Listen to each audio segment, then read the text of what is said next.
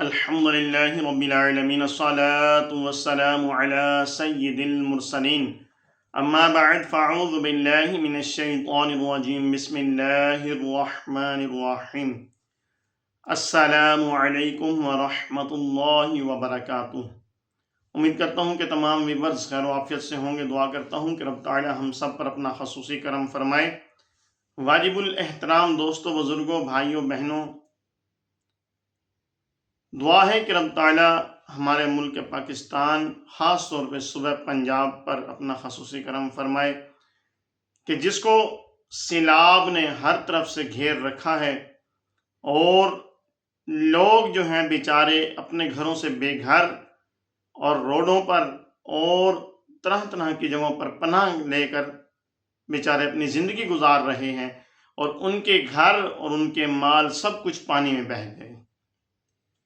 دعا ہے کہ رب تعالیٰ ان تمام کی غیب سے مدد فرمائے۔ رب تعالیٰ اپنے خزانوں سے ان کے جو نقصان ہوئے رب تعالیٰ غیب سے مدد فرماتے ہوئے ان کو پورا فرمائے، اور جو لوگ شہید ہوئے رب تعالیٰ ان کے درجات بلند فرما کے آقا صلی اللہ علیہ وسلم کا جنت الفردوس میں پڑوس عطا فرمائے۔ اور دعا ہے کہ رب تعالیٰ ہم سب کو بھی اس عذاب سے محفوظ فرمائے۔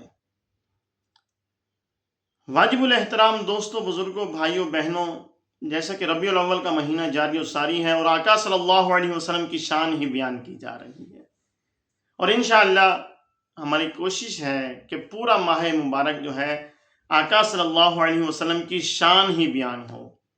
آج انشاءاللہ آقا صلی اللہ علیہ وسلم کو اللہ تبارک و تعالی نے جو جسمانی طاقت عطا فرمائی اس پر تھوڑی سی گفتگو کریں گے، اور ایک واقعہ جو ہے آپ کے گوشے گلزار کریں گے۔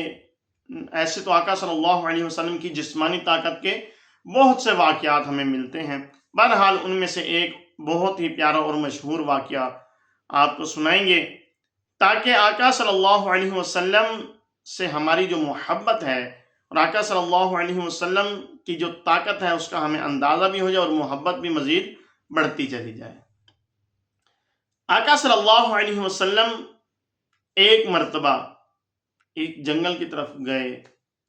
راستے میں آقا صلی اللہ علیہ وسلم کا ٹکراؤ جو ہے ایک ایسے پہلوان سے ہوا جس کا نام رکانہ، اور اس کو یہ اعزاز حاصل تھا، اس کا یہ ریکارڈ تھا کہ اس کو کوئی بھی ہرا نہیں سکا تھا۔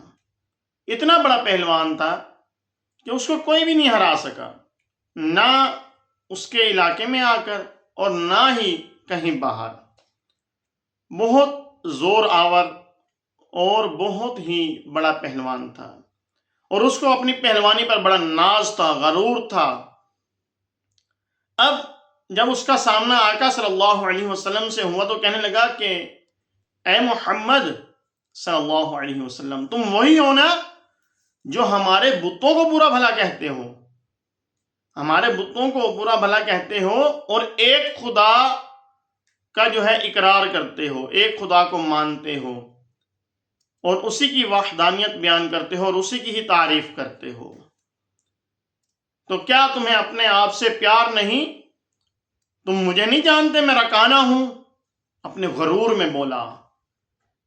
اب اس کا یہ انداز یہ تھا کہ یہ آقا صلی اللہ علیہ وسلم معاذ اللہ مجھ سے ڈر جائیں گے، میں اس طرح کے جملے بولوں گا، اس طرح کے الفاظ بولوں گا تو آقا صلی اللہ علیہ وسلم ڈر جائیں گے۔ لیکن آگے سے اللہ کے نبی اور اللہ تبارک و تعالیٰ نے آپ کو بھی ایسی ایسی طاقتوں سے نوازا جس کا اندازہ اب رکانہ کو بھی ہونے والا تھا۔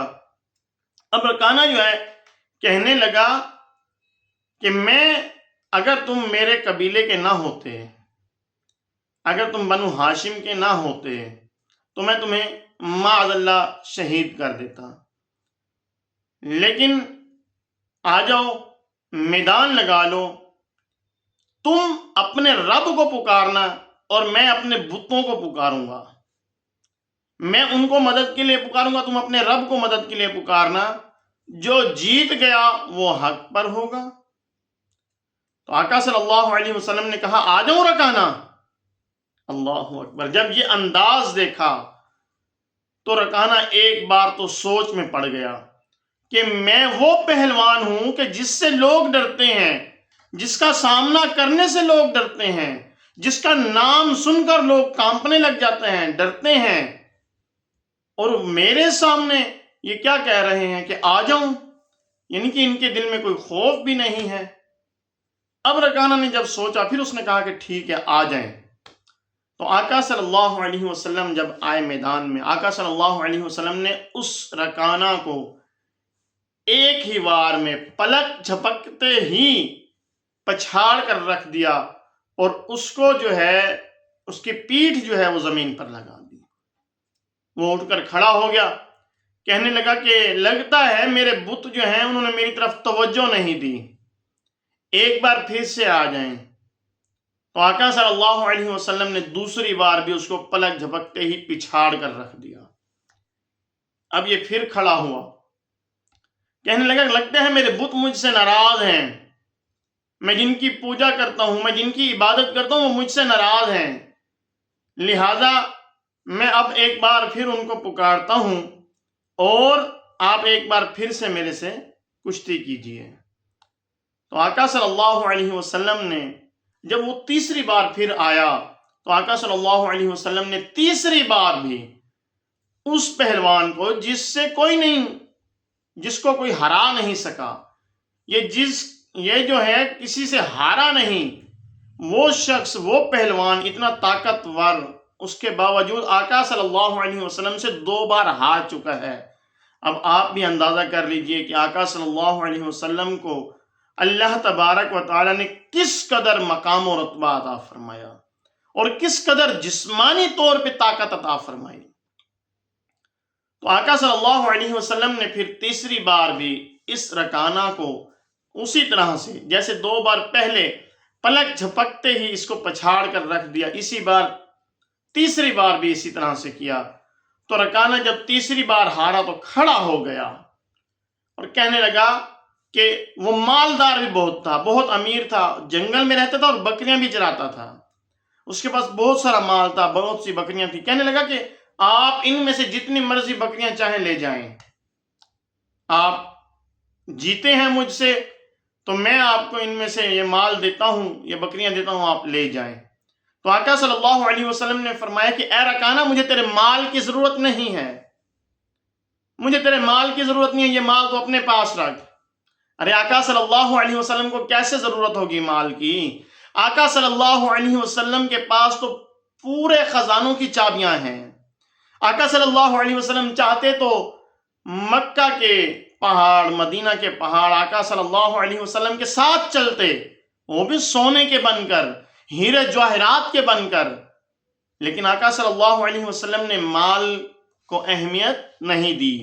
آقا صلی اللہ علیہ وسلم نے فرمایا کہ یا رکانہ مجھے تیرے مال کی ضرورت نہیں ہے، تو ایسا کر، تو کلمہ پڑھ، میرے رب کو وحدہ لا شریک مان اور مجھے اللہ تبارک و تعالیٰ کا رسول مان، اور اس بات کا اقرار کر، اظہار کر، تاکہ تو جہنم کی آگ سے بچ سکے.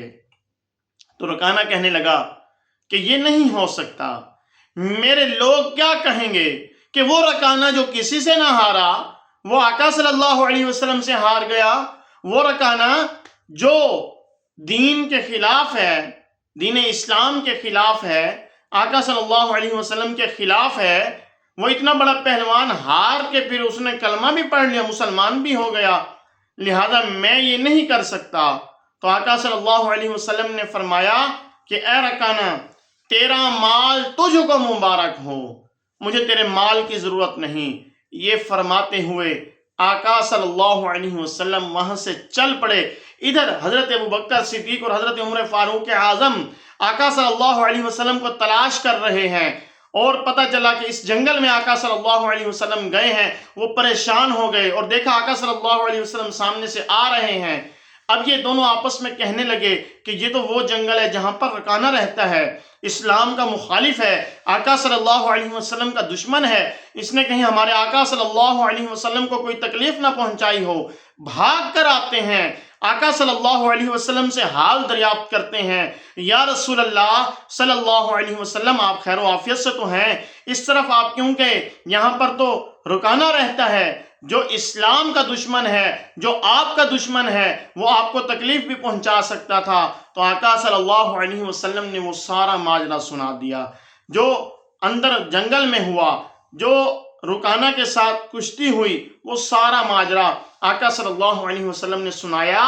تو صحابہ نے، یعنی کہ حضرت ابوبکر صدیق، حضرت عمر فاروق اعظم رضی اللہ عنہ نے اس بات کی تصدیق کی کہ یہ رکانہ کو تو کوئی اور ہرا نہیں سکتا، لیکن اللہ کے رسول ہی ہیں جو یہ کام کر سکتے ہیں، اس میں کوئی شک نہیں۔ تو دیکھیے آقا صلی اللہ علیہ وسلم کو اللہ تبارک و تعالی نے کس قدر طاقت سے نوازا، آقا صلی اللہ علیہ وسلم کو اللہ تبارک و تعالی نے کس قدر جسمانی طاقت عطا فرمائی۔ یہ تو ایک واقعہ ہے، اس طرح کے کئی واقعات ملتے ہیں، ایک اور پہلوان کا بھی ملتا ہے، ایک چٹان کا بھی ملتا ہے۔ بہرحال گفتگو کو یہیں سمیٹوں گا اور دعا کرتا ہوں کہ رب تعالی ہم سب کو آقا صلی اللہ علیہ وسلم سے پکی سچی محبت عطا فرمائے۔ ہمارا یہ اللہ تبارک و تعالیٰ کا ہم پر احسان ہے کہ اس نے ہمیں وہ نبی عطا فرمایا جو ہر چیز میں بے مثل و بے مثال ہے۔ اللہ تبارک و تعالیٰ آقا صلی اللہ علیہ وسلم کا صدقہ اللہ تبارک و تعالیٰ ہم پر اپنی خصوصی رحمتوں اور برکتوں کا نزول فرمائے، اور دعا ہے کہ جہاں کہیں مسلمان ظلم کا شکار ہیں، غلامی کا شکار ہیں، رب تعالیٰ نجات اور آزادی عطا فرمائے۔ کشمیر اور فلسطین والے مسلمانوں کی غیب سے مدد فرمائے۔ ہندوستان میں بھی جتنے لوگ، جتنے مسلمان پریشان ہیں، ان پر اگر کوئی ظلم کیا جا رہا ہے تو رب تعالیٰ ان کی بھی غیب سے مدد فرمائے، قبلہ اول کی حفاظت فرمائے، اسرائیل اور اس کے حامیوں کو نیست و نابود فرمائے۔ دعا ہے کہ رب تعالیٰ اسلام کا بول بالا فرمائے اور دشمنان اسلام کا منہ کالا فرمائے۔ آپ سے گزارش ہے ہمارے چینل کو سبسکرائب کریں، بیل آئیکن کو پریس کریں تاکہ نیو آنے والی ویڈیوز آپ تک پہنچتی رہیں۔ السلام علیکم ورحمۃ اللہ وبرکاتہ۔